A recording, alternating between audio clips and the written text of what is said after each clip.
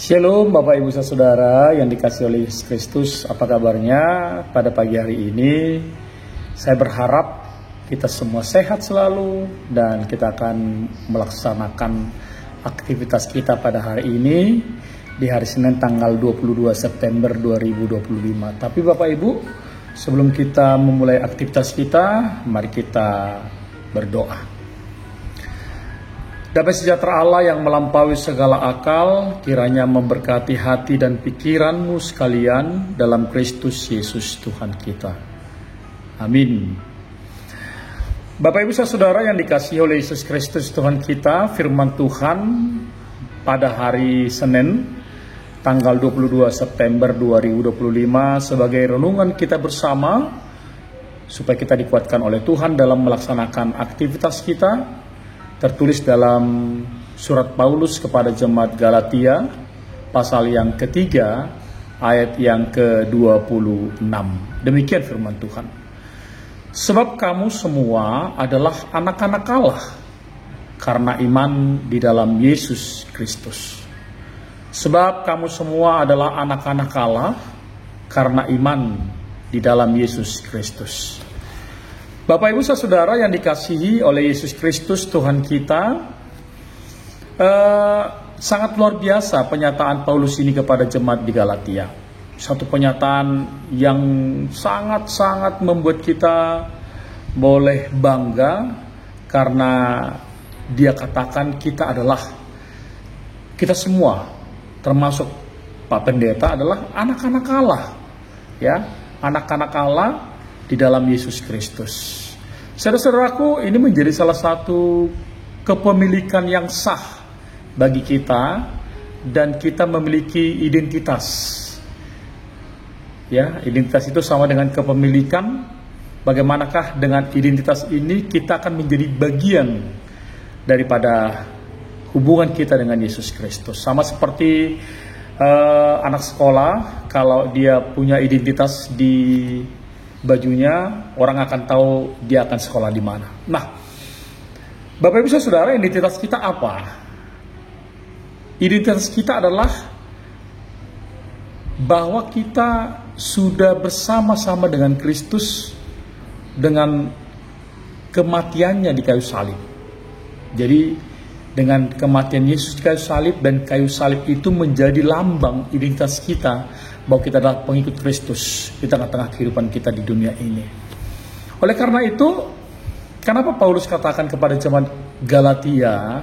Karena banyak orang di dalam jemaat Galatia itu sungguh-sungguh mendapatkan ajaran sesat. Kenapa? Karena mereka selalu diyakinkan dengan menjalankan hukum Taurat, mereka pasti akan diselamatkan.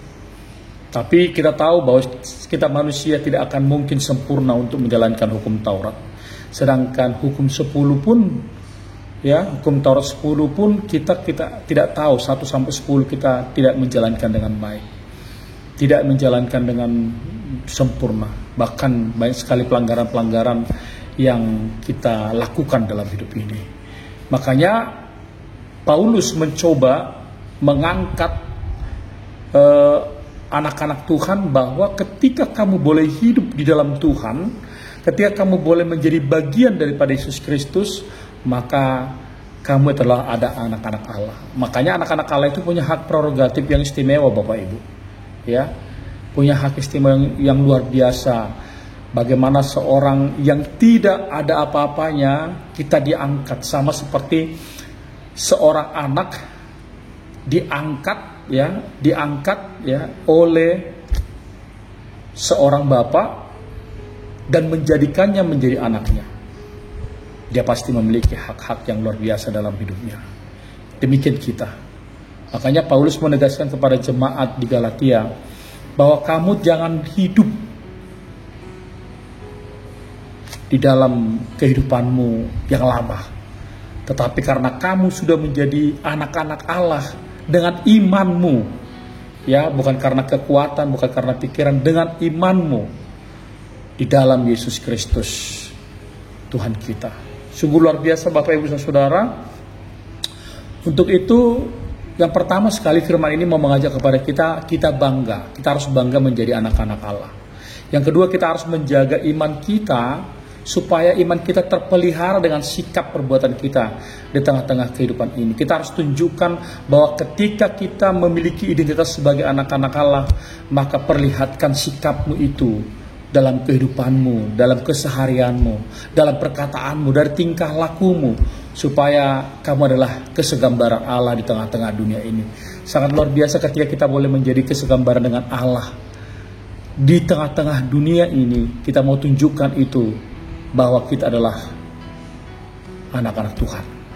Dan yang ketiga, firman ini mau mengatakan kepada kita supaya sebagai anak-anak Allah, jaga supaya yang terjadi perpecahan, jaga supaya jangan terjadi rasisme atau mungkin kesombongan rohani, Bapak Ibu.